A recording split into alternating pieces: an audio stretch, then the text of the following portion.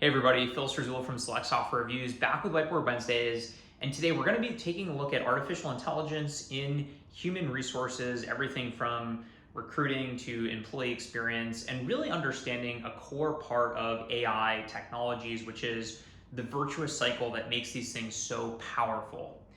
Let's take it a level deeper to really understand what I'm talking about here so that we can better vet vendors for our company and also realize where the AI applications are that could help our teams today.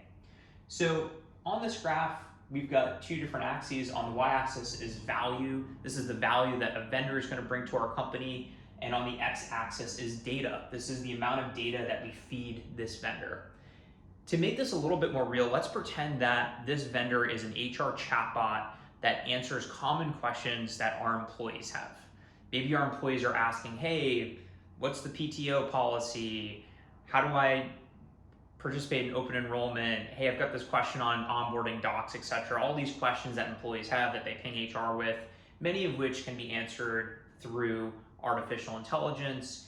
And when we start off with this vendor, it's not going to know a whole lot about our business. It's going to be able to answer some simple questions, but it's not going to know all the idiosyncratic things to our company. And so let's say this value is pretty low. Let's say that this chatbot can answer something like 15% of questions. But as it gets more and more questions, as it gets more and more data, and it learns the answers to those questions, it's going to get better at answering those questions. And so over time, maybe after 3 or 4 months, it's going to get up to 50%. And then eventually, it's going to sort of plateau. Maybe, let's say, it'll be able to answer around 70% of questions. But if somebody has something that's really idiosyncratic to them, or it's a really complicated employee relations issue, in the next foreseeable future, 10, 20 years, a robot is not going to be able to answer those sorts of questions. And so there is some sort of plateau here, but when we feed it enough data, this robot knows our business really well. It's almost like a consultant that comes in, has a little bit of baseline knowledge, and over time this consultant learns our business. They get better and better and better, and eventually there's some stuff that the consultant doesn't know how to do, the internal person has to do, and the technology sort of plateaus here. And when you're looking at vendors, you should ask them, what does this graph look like? And the value might be different for a sourcing technology, for something that's more employee experience aligned, but you'll probably see some sort of increase in value as you feed it more data. And what's also cool here is that this increase in value will actually increase as this vendor gets more customers. Because the reason that this starts off at 15% is that they know the answer to a bunch of questions from their other customers. And so when they get another 30 customers, maybe this will kind of go up like this. And maybe this line keeps going up and up and up. And eventually, as this thing gets more customers, you'll be able to get to 80%, etc. And you'll be able to get to value much, much faster.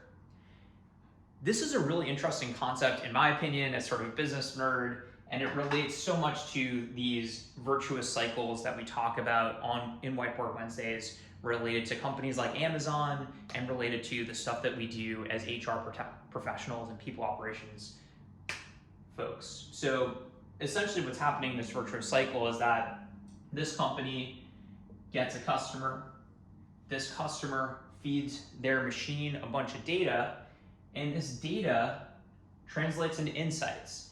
It translates into insights for this customer, and those insights increase the value over time. This increase in value then leads to more customers because they can say, hey, look at this case study. Hey, this customer is referring another customer.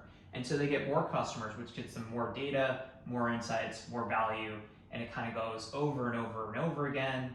And so this flywheel is feeding on an individual basis the value that an individual customer gets, as well as across all customers, the amount of value that they all get, which is really interesting.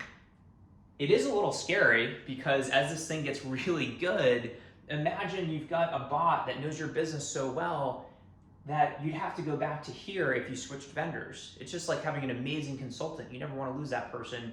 You're a bit locked in. It's amazing to get all that value, especially if you're paying for a price that sort of assumes this level of value. but you are locked in. And so that's a consideration that you want to look at when vetting vendors, understanding their financial profile, their product roadmap, and really looking at this as a super long-term relationship.